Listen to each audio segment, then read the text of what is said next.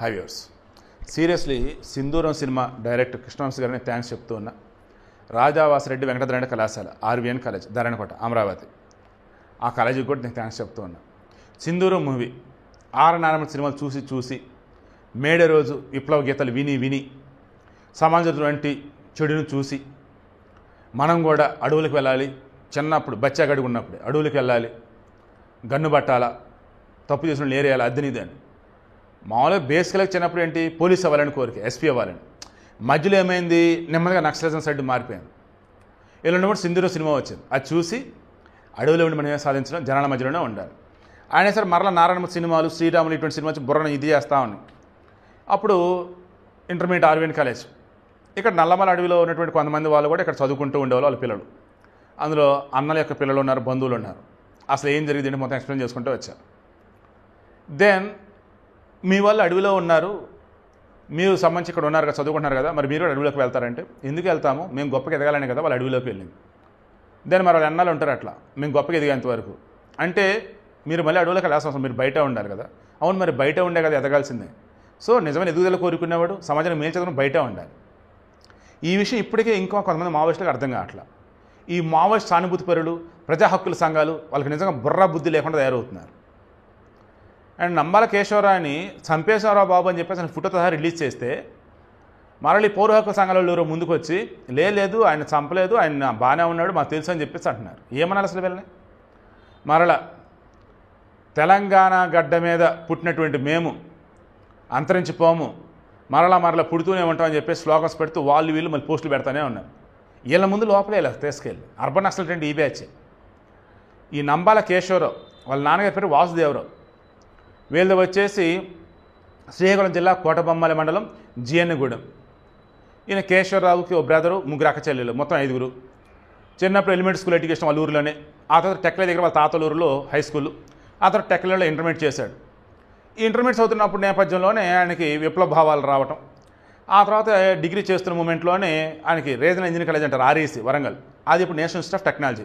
2022లో ఆ రోజునటువంటి BJP government, NDA government దేశవ్యాప్తంగా ఉన్నటువంటి ఆర్ఈసీలని ఎన్ఐటీలుగా మార్చి ఇన్ఫ్రాస్ట్రక్చర్ డెవలప్ చేసి వాళ్ళకి ఫండ్స్ అలాట్ చేశారు.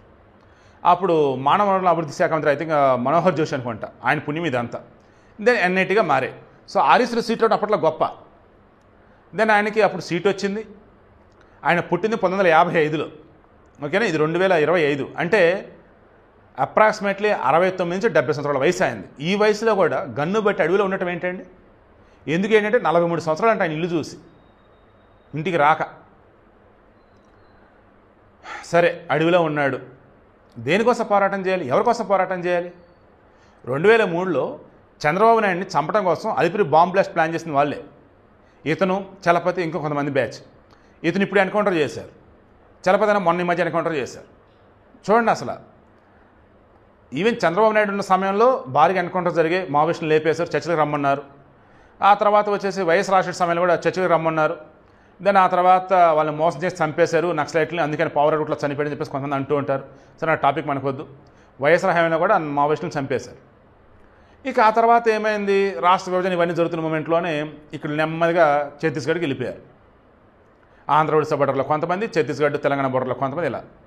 ఇప్పుడు ఆపరేషన్ కగార్ అని చెప్పేసి, ఆపరేషన్ బ్లాక్ ఫారెస్ట్ అని చెప్పేసి ఏదైతే వీళ్ళు చేస్తున్నారో ఈ కర్రెగొట్టల్లో వచ్చేసి మొత్తం క్షుణ్ణంగా జల్లెడబడుతూ ఉన్నారు డ్రోన్లతో మొత్తం. అలా వీళ్ళు వచ్చేసి ఈ నారాయణపూర్ జిల్లా, బీజాపూర్ జిల్లా సరిహద్దులు వచ్చేసి మాద్ అనే ప్రాంతంలో ఉన్నారని తెలియగానే పక్కా ప్రణాళిక ప్రకారం వీళ్ళు వెళ్ళి టార్గెట్ని కొట్టేశారు.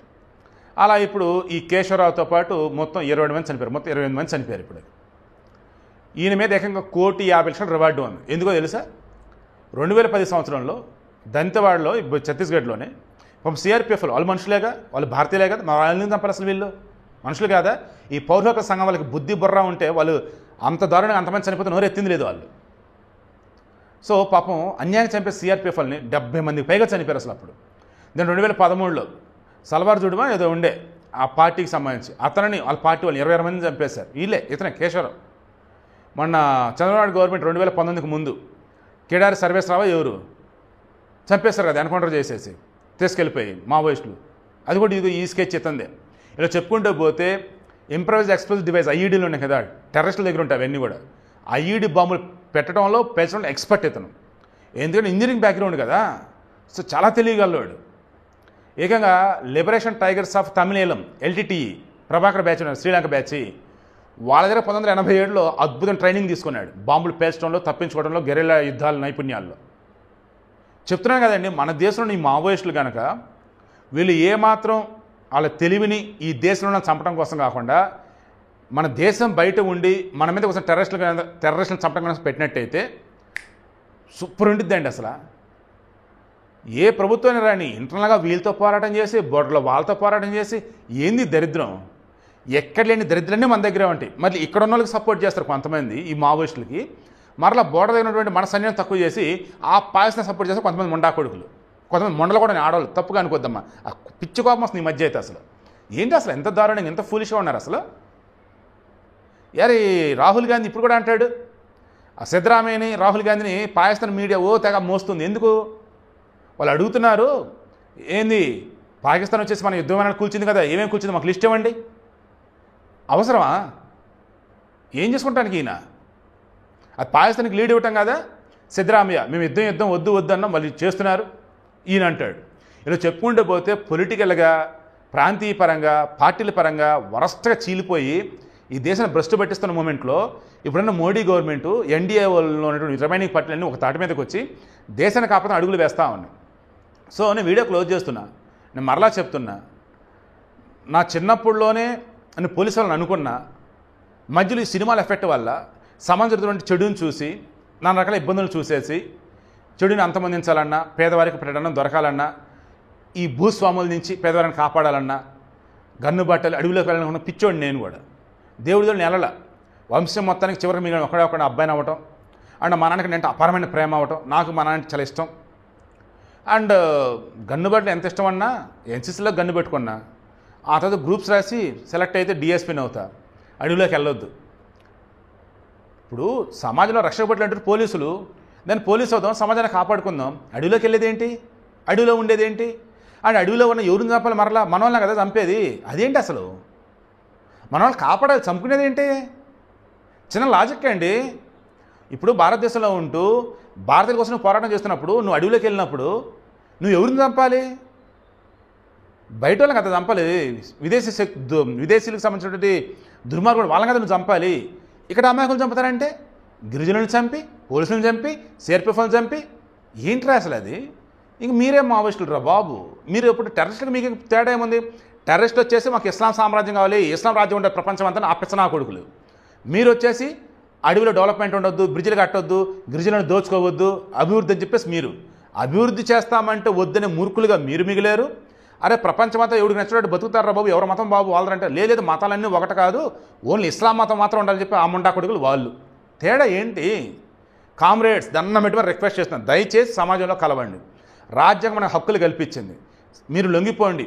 మీకు ఈ సమాజంలో గౌరవంగా బతికే విధంగా అడవిలో ఉన్న చెట్టును మీరు ఎలాగైతే ప్రేమించారో అందుకే సమాజంలో మనుషులు కూడా మీరు ప్రేమించండి, మిమ్మల్ని ప్రేమిస్తారు, గొప్పగా బతకండి. ఇప్పటికైనా మేము చర్చలు జరపం, వచ్చి లొంగిపోండి అని చెప్పేసి చెబుతున్నాడు. రేపు 2026 మార్చి 31 లోపు మావోయిస్టులు ఏరివేస్తామని చెప్పేసి అమిత్ షా చెప్పేశాడు. అండ్ దానికి తగ్గట్టు ఇప్పుడు ఆపరేషన్ మొత్తం నడుస్తూనే ఉంది. మీలో ఉన్నటువంటి వాళ్ళే బయటకు వచ్చి లొంగిపోయి మొత్తం డేటా ఇస్తున్నారు వాళ్ళకి. ఎందుకు అలా చెప్పండి, మీరే వచ్చి లొంగిపోయండి. నిన్న ఈరోజు కూడా డేటా చూసాం, 87 మంది ఏమో లొంగిపోతే 44 మంది అరెస్ట్ అయ్యి ఉన్నారు. అరెస్ట్ మళ్ళీ అదో తలనొప్పి. లొంగిపోయారు అనుకోండి ప్రశాంతంగా మీ బతుకు మీరు బతికేయచ్చు. సో రిక్వెస్ట్ చేస్తూ ఉన్నా, మావోయిస్టులకి నక్సలైట్లకి కాలం చెల్లిపోయింది. ఇప్పుడు అభివృద్ధి చెందుతూ ఉన్నాం. మనం ఏకంగా చంద్రుడి మీద కూడా వెళ్ళాం, సముద్రం అంతర్భావం అంటే మొత్తం కనిపెడుతూ ఉన్నాం. ఈ మూమెంట్లో ఎకనామికల్లీ వీకర్ సెక్షన్ ఎవరైతే ఓసీలలో పేదవారు ఉన్నారో వారు కూడా రిజర్వేషన్ 10% ఉంది. అండ్ ఆడ మగ తేడా లేకుండా అందరూ కూడా అద్భుతంగా ముందుకు వెళ్తూ ఉన్నారు. మన సోఫియా ఖురేషి, వ్యోమికా సింగ్ వీళ్ళే కదా ఆపరేషన్ సింధూర్ సంబంధించి మొత్తం లీడ్ చేసి ముందు చెప్పింది. ఇటువంటి మూమెంట్ కూడా అడవిలో ఉంటామంటే ఎవరి కోసం ఉంటారు, ఎందుకు ఉంటారు ఒకసారి క్రాస్ చెక్ చేసుకోండి. ఈ వీడియో చూస్తున్న వారిలో ఒక్కళ్ళన్నా కానీ మావోయిస్టులు వచ్చి లొంగిపోతే ప్రశాంతంగా ఉండిద్ది. లేదు మావోయిస్ట్ సానుభూతి పరులు ఉన్నా, ఇంకా ఈ ప్రభుత్వాల మీద కోపతాపాలతో మావోయిస్ట్ సపోర్ట్ చేసే వాళ్ళు ఉన్నా, అడవులు అన్నలే బాగుంటారు అది అనుకుంటున్నా వాళ్ళు మారినా సంతోషమే. ఒకప్పుడు మావోయిస్టు నక్సలటం కోరుకునే వాడిని, కానీ పోలీసులను స్ట్రాంగ్గా కోరుకున్నాను. ఎందుకంటే సమాజాన్ని కాపాడాలి, వాళ్ళు సమాజాన్ని కాపాడదని అంటున్నారు, కానీ ఎవరిని చంపుతారు, మళ్ళీ సమాజంలో చంపుతున్నారు కదా. సో ఆ నంబాల కేశవరావు మామూలుడు కాదనమాట, బోర్డు మందిని చంపాడు, చివరికి ఎన్కౌంటర్లో బలైపోయాడు. చంద్రబాబు నాయుడు 2003లో చంపుదామని చెప్పేసి అనుకున్న వాళ్ళు ఎవరైతున్నారో వాళ్ళు ఇప్పుడు ఎన్కౌంటర్ గురవుతూ ఉన్నారు.